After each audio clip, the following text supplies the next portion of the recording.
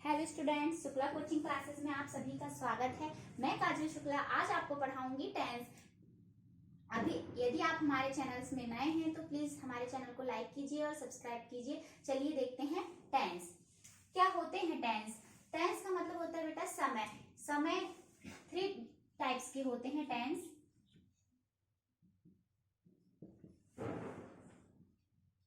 Present tense, past tense and future tense. इन सभी tenses के और भी चार प्रकार होते हैं, जैसे कि देख लीजिए सिंपल,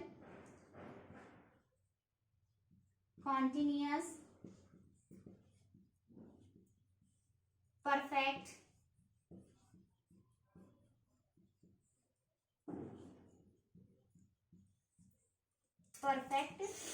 कॉन्टिन्यूअस। ये प्रेजेंट के भी 4 टाइप्स हैं, यही पास्ट के भी यही 4 टाइप्स है और यही 4 टाइप्स फ्यूचर के भी हैं। चलिए देखते हैं present simple tense, present continuous tense, present perfect tense, present perfect continuous tense. ये प्रेजेंट के टाइप्स है। पास्ट के टाइप्स है past simple, past continuous, past perfect, past perfect continuous. Futures के टाइप है future simple, future continuous, future perfect continuous. चलिए देखते हैं आज हम सिंपल प्रेजेंट टेंस।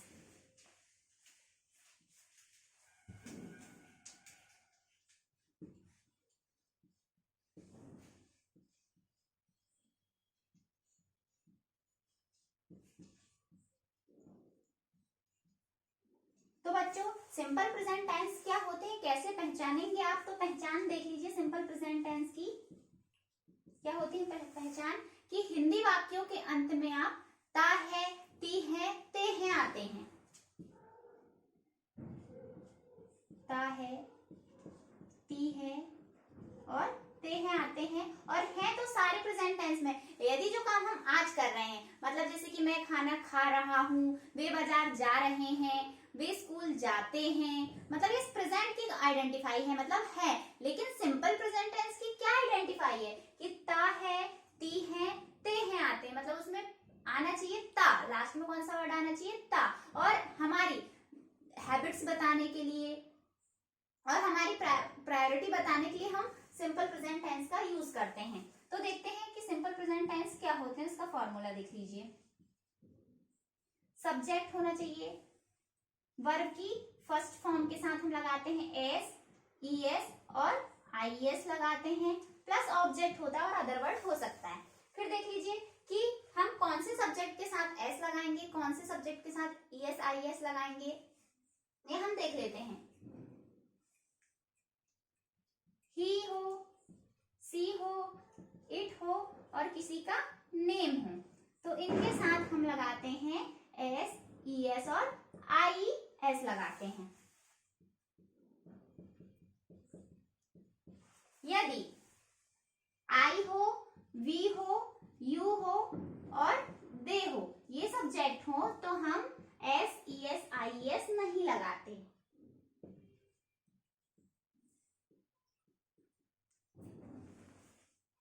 चलिए देखते हैं एस, ईएस, आईएस कैसे लगते हैं। देख लीजिए, यदि किसी सेंटेंस के वर्ब की लास्ट में याद रखना है, वर्ब की लास्ट वर्ड ओ हो, एक्स हो, एस एच हो, सी एच हो, सी डबल एच हो, एस हो, तो हम ईएस लगाते हैं। क्या लगाते हैं? ईएस लगाते हैं। वाई को हटाकर आईईएस लगाते हैं, और बाकी सभी बहुत सारी वर्ब्स ऐसी हैं जिसमें हम एस लगाते हैं। तो चलिए देखते हैं एक एग्जाम्पल।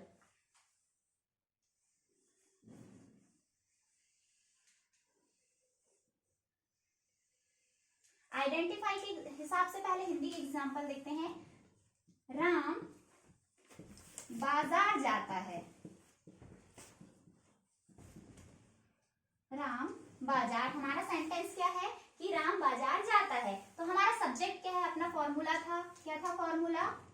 सब्जेक्ट प्लस वर्ब की फर्स्ट फॉर्म होनी चाहिए एस हो, ईएस, आईएस प्लस ऑब्जेक्ट। तो सब्जेक्ट इसमें क्या है? राम। फिर वर्ब क्या, मतलब क्रिया कौन सी हो रही है इसमें? जाने की, तो गो। रहे थे कि वर्ब की लास्ट में यदि ओ हो तो क्या लगेगा ईएस। लेकिन सबसे पहले अपने को ये भी पता होना चाहिए कि कौन से सब्जेक्ट के साथ एस लगता है, ईएस लगता है, आईएस। तो देखिए मैंने लिखवाई हूँ ही, शी, इट और नेम, मतलब राम किसी का नाम है तो वहां ईएस लग सकता है, आईएस लग सकता है, एस लग सकता है। तो चलिए देखते हैं, ओ इसके लास्ट में ओ है मतलब क्या लगेगा ईएस। तो राम गोस टू मार्केट। फिर हम यदि नेगेटिव सेंटेंस बनाते हैं, इसी सिंपल प्रेजेंट टेंस में हम यदि नेगेटिव बनाते हैं तो क्या बनेगा सिंपल प्रेजेंट टेंस में नेगेटिव। तो आपको याद रखना है सिंपल प्रेजेंट टेंस की हेल्पिंग वर्ब होती है डू या डज। सिंपल प्रेजेंट टेंस की हेल्पिंग वर्ब क्या है, डू या डज। तो हम डू डज किसके साथ लगाते हैं, ही हो, शी हो, इट हो, नेम हो किसी का भी, तो हम यहाँ डज लगाते हैं।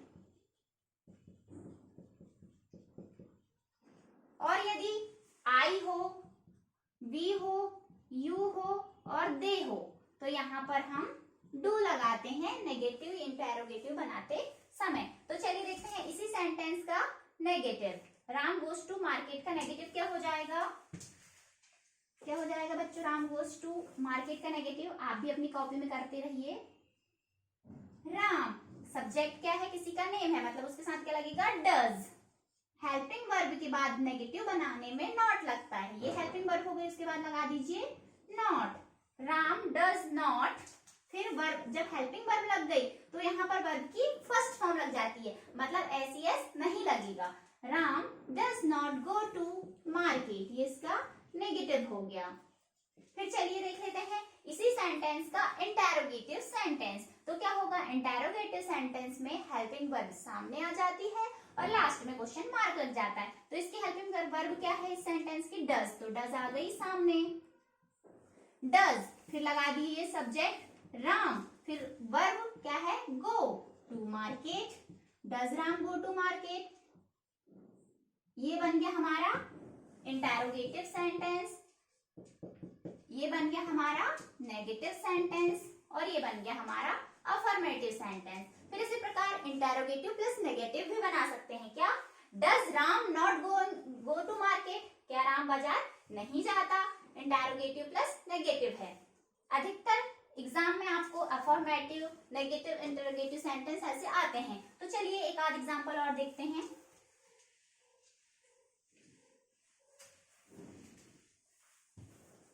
वे फुटबॉल खेलते हैं, चलिए एक सेंटेंस ये ले लिए जनरली, वे फुटबॉल खेलते हैं।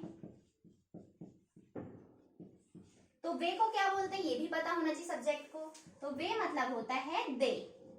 फिर खेलने वाली वर्ब भी पता होनी चाहिए, खेलने को बोलते हैं प्ले। तो हमने आपको बताए थे क्या कि आई हो, वी हो, यू हो, दे हो, तो इनके साथ S, E S, I S नहीं लगता। तो दे प्ले फुटबॉल, सब्जेक्ट की वर्ब की फर्स्ट फॉर्म ही लगेगी इसमें, S, E S, I S नहीं लगेगा, दे प्ले फुटबॉल। फिर इसका नेगेटिव बनाना है तो क्या बन जाएगा, they do not. Do not क्यों लग रहा है, क्योंकि सब्जेक्ट दे है, उसकी हेल्पिंग वर्ब होती है not, do. They do not play football.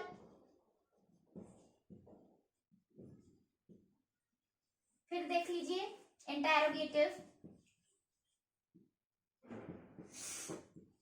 Interrogative देख लीजिए क्या हो जाएगा, सामने आ जाएगा डू, दे प्ले फुटबॉल। देख लीजिए सेंटेंस हमारा कंप्लीट हो गया। इसी प्रकार हम बहुत सारे सेंटेंस देख लेते हैं, जैसे कि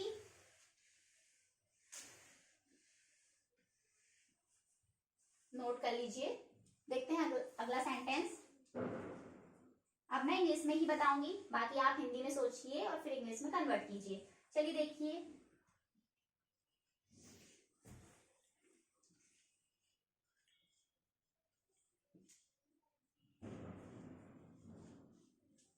सी कुक्स फूड। तो देखिए सब्जेक्ट क्या है इसमें, सी, फिर इसमें वर्ब क्या है कुक, और हमने एस क्यों लगाए हैं, इसके साथ एस क्यों लगाए, क्योंकि सब्जेक्ट हमारा सिंगुलर है और ये सब्जेक्ट ही, शी, इट हो और किसी का नाम हो तो वहाँ SES लगता है, इसलिए हमने यहाँ पर कुक के साथ S लगा दिए। और फूड ये हमारा ऑब्जेक्ट है, देखिए सब्जेक्ट हो गया, वर्ब फर्स्ट के साथ SES लग गया और फिर ये हमारा ऑब्जेक्ट हो गया, ये हमारा सेंटेंस बन गया। फिर एग्जाम में आता है कि चेंज इनटू नेगेटिव, ऐसा कोई सेंटेंस दे देगा और आपको बोलेगा कि चेंज इनटू नेगेटिव, तो कैसे चेंज करेंगे आप? तो आपको पहचान लेना है। कभी कभी जो 10th और 12th के बच्चे हैं उनको ऐसे क्वेश्चन आते हैं, दे दिया एक सिंपल सेंटेंस और उसको बोला कि change into negative, change into interrogative, तो बच्चे कंफ्यूज हो जाते हैं। तो कंफ्यूज होने वाली कोई बात नहीं है बच्चे, बस आपको इतना ध्यान रखना है कि सब्जेक्ट देख लीजिए, सब्जेक्ट के साथ यदि SES लगा है तो डेफिनेटली सोचिए कि कौन से टेंस का वाक्य है, सिंपल प्रेजेंट टेंस का। सब्जेक्ट देखना है लेकिन उसमें ही, शी, इट और नेम लगा हो तभी SES लगेगा। अगर मान लो सब्जेक्ट यू हो तो अगर ऐसा दे दिया क्वेश्चन यू कुक फूड, और फिर अगर आपको पहचान में आना चाहिए कि IBU दे के साथ SES नहीं लगता तो भी ये सिंपल प्रेजेंट टेंस का सेंटेंस है। तो इसको चेंज करते हैं नेगेटिव में, तो क्या हो जाएगा सी, इसके साथ S लगा है, सब्जेक्ट सी है तो उसके साथ डज लगता है। हेल्पिंग वर्ब मैंने आपको बताया कि ही, शी, इट और नेम हो तो सब्जेक्ट हेल्पिंग वर्ब डज लगेगी। सी डज नॉट कुक फूड, फिर वर्ब की फर्स्ट फॉर्म यूज होती है, मतलब फिर अगर तुमने डज लगा दी हो तो कुक्स नहीं लगाना है, याद रखना है वर्ब की फर्स्ट फॉर्म लगाना है। फिर जैसे कि यू कुक फूड का अगर आप सेंटेंस बनाते हो तो क्या बनेगा, यू डोंट, डू नॉट को मैं शॉर्ट फॉर्म डोंट लिख देती हूँ, यू डोंट कुक फूड। अगर इसका इंटेरोगेटिव बनाना है तो क्या हो जाएगा, do you cook food, question mark लग गया, ये बन गया इंटेरोगेटिव सेंटेंस। बच्चे आप इसके आगे के कुछ होमवर्क ले लीजिए, कुछ सेंटेंस आप बनाइए, जो अगर आपको समझ में नहीं आता है तो प्लीज कमेंट बॉक्स में लिखिए, मुझे मैसेज कीजिए। धन्यवाद।